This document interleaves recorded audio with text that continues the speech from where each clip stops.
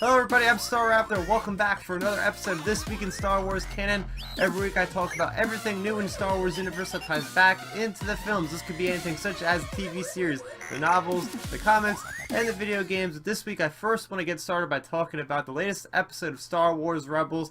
This is Season 3, Episode 18, titled Double Agent Droid. Now, last week you might have remembered that I was kind of predicting this to be one of those episodes that I didn't really like. I really don't like to call things filler, but unfortunately, guys, this is probably something as close to filler as we can get.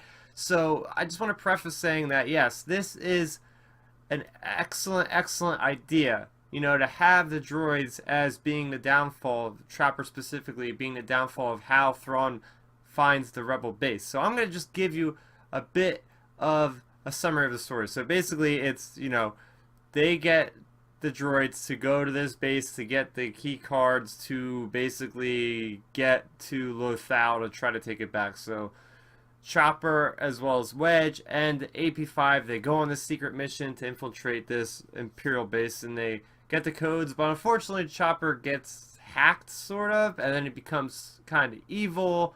They do find that out at the end, and they basically save Chopper and get on with their lives. So, I mean, yeah, that's the episode. Again, really good idea, but in execution, it didn't really work for a number of reasons, and I'm going to just talk about it right now. So, first off, I feel like the episode just kind of meandered. It just kind of went around, and nothing really pivotal happened, and that's mainly because AP5 and Chopper are getting on my last nerve, guys. I know this is a Disney XD show, and I've talked about this many times. Yes, this isn't the Clone Wars. The Clone Wars could be very adult at times, but still appease to the children, whereas I feel like Rebels always has children as the priority anymore. And, I mean, we do get those really good dark episodes. I mean, next week we have the Darth Maul and Obi-Wan confrontation, and last year we had Darth Vader, Ahsoka. So yes, there's lots of really good stuff for hardcore Star Wars fans, but episodes like this really kind of make my faith with the show go a little bit south. I'm really hoping that next season we don't ever get an episode like this again. Even Filoni came out on Rebels Recon this week, and he said basically like, I understand the fans call this stuff filler, and I kind of felt sorry for the guy because Dave Filoni is a visionary, and I give a lot of credit to this guy. This is basically, you know, George Lucas is, after he's gone, Dave Filoni is kind of picking up the lore and going where he wants to with it. He is a successor of George Lucas, is what I'm trying to say. So yeah, AP5 and Chopper, oh man, they really just annoyed the heck out of me. The jokes didn't really land. What really bothered me the most about this episode is we go through all the trouble of getting these plans. Chopper went and got the plans so they can invade Lothal with the, you know, try to take it back. By the end of the episode, they never have acknowledged the fact that they had the plans to begin with. So at the end of the day, it's like, what was the point of this? Are they going to use the plans, or are they not going to use the plans? And besides that, I had a lot of little nitpicks. So there's this character, this villain, I'm not even sure what his name is. He is pretty much like the controller, I think he's called. He's the one that kind of hacks into Chopper. The guy's wearing freaking glasses. Like, I don't think in Star Wars, and you could argue with me, there's been characters that had eye-enhancing devices, but this is the closest thing to something in our world today that is in Star Wars. The guy was just wearing glasses, and for me, that just took me out of the whole thing. I'm like, Star Wars, we've never seen somebody wear glasses like this. This is immersion breaking for me. Like, I'm just like, okay, please don't ever do that again.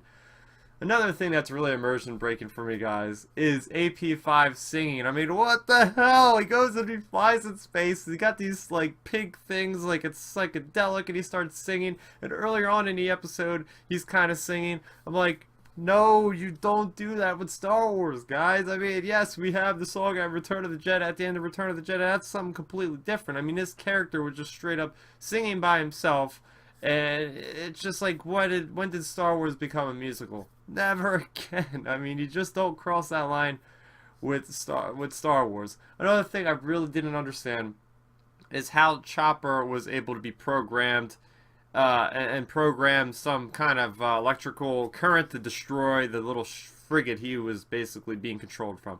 through space and time. He goes and an electrical current just like backfires from Hera and destroys their entire ship, that entire ship full of Imperials. How does that freaking work? Again, yes, Star Wars physics do not apply to our common day of physics, but what is that? That just doesn't. That seems like it's way too overpowered. And, you know, just to kind of bring this to a close, I don't really like episodes like this. I mean, it just breaks up. I was going on and on, guys, for the last 3 episodes about how great Rebels has come back from that hiatus, how they've been coming back strong. They've been coming back with these meaningful episodes that expand the lore of not just Rebels, but Star Wars in general. And then we get an episode like this, and I'm like, okay, we just lost all of that forward momentum.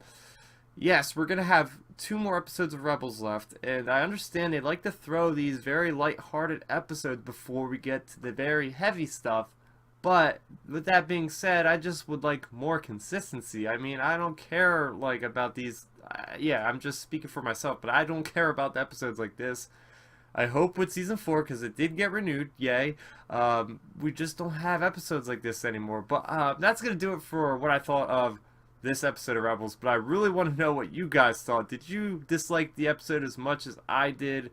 Please let me know in that comment section below. That wasn't all we had in canon this week. We also had the release of Poe Dameron. This is issue number 12. This is part 5 of The Gathering Storm, guys. So just picking up where we left off in issue 4. So Poe Dameron has crash landed to this planet. He's with C-3PO.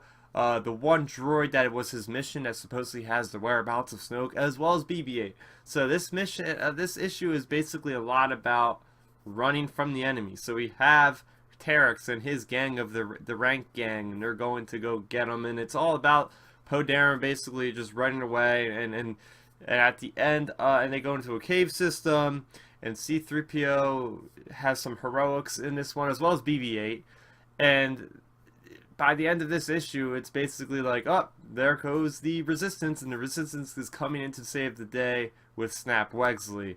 And that's really the issue in a nutshell. There's not much stuff in this issue. It's more action-oriented. Again, we don't get much of anything from Poe Dameron. We get more of stuff from, like, C-3PO, which is kind of interesting. But yeah, I'm going to just go into some things that I just want to point out. So first off, it's pretty cool. We got some continuity between Rebels and the comics. So we have a TIE Defender, it looks like, or at least like maybe one of the other prototypes of a TIE Defender in there.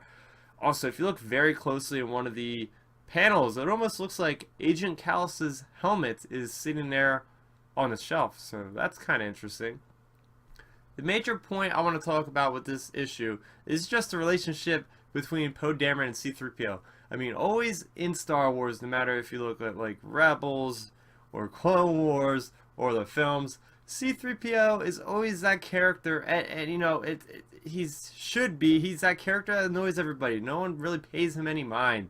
He is a droid that is, you know, tragically ignored, and Poe Dameron is really one of the first characters in all of Star Wars that actually wants to listen to this guy and cares about this guy and says that, you know, he is not just a droid, but he's almost like a person, and one moment he actually saves him, and then C-3PO has so much trust in Poe that he actually volunteers to sort of, not really sacrifice, but stick up for Poe to give him some time to escape. So they have this like nice, departure between the two of them.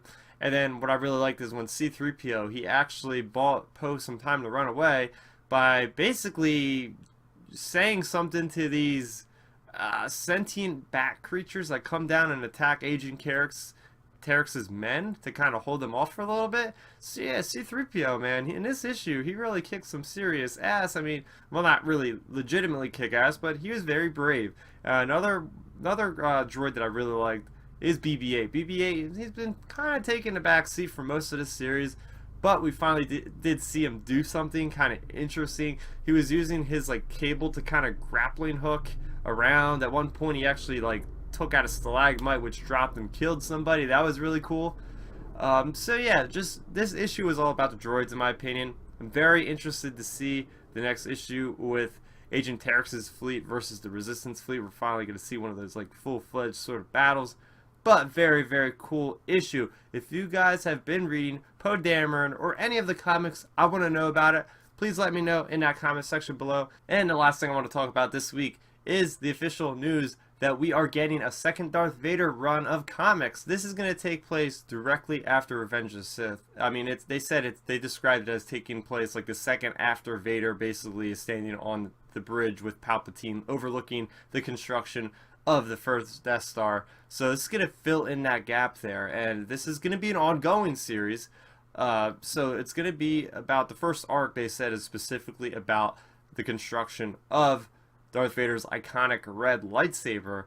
Other things they could possibly explore are, you know, the Inquisitors, the infancy of the Empire. I'm really hoping that they go into talking about Vader doing the purge of the Jedi, going out, taking out those Jedi that weren't taken out by Order 66 clones. That would be really interesting. I have some stuff I want to say about this though. I'm obviously happy we're getting more Darth Vader, but I'm a little bit hesitant on, because they just ended Darth Vader's first run, and it seems like not even 6 months later we're already getting another one announced. Just the way the title is already confusing. I know there's going to be people out there that are going to be like, oh, Darth Vader #1, and they're going to pick up the wrong one and be very disappointed. Not that the first run was really bad. I really liked the first run. And Charles Soule is a great writer. I mean, he's done Obi-Wan and Anakin. He's done Lando. He's doing Poe Dameron right now. So this guy, he is doing all these Star Wars comics for a reason, because he knows Star Wars. So I have faith in Charles Soule to do a really good job with Vader. This is a different kind of Vader too. I mean, we've seen Vader when he was already 20 years into his reign. This is Vader just learning how to use his cybernetics, learning how to let go of all his, you know, his attachments, what he's thinking about. I'm sure he's going to think about Padme all the time. It's going to be a really interesting premise. I just kind of wish that they might have held off on this one, maybe for at least another year. I know this is probably to do with Rogue One, you know, with that final scene with Vader slaughtering all the rebels. I'm sure that got a lot more people hyped about the Dark Lord of the Sith himself. So regardless, I'm going to be excited. I'll be picking this up day one. I believe it comes out in June. But what do you guys think? Would you recommend another Marvel comic that they should do? I personally would like to do some kind of Old Republic or something of that nature before we dive back so soon into Vader. But that is going to do it for me, Star Raptor. I want to thank you guys for watching, and may the Force be with you always. So, did you like the video? Then make sure you rate it a thumbs up, and if you did that, go over there, hit that Star Raptor head to subscribe to my channel. Doing so will keep you up to speed on all of my latest content. Speaking of which, you can see a couple of my recent uploads down below. I'm also on social media, so what are you waiting for? Let's start nerding out.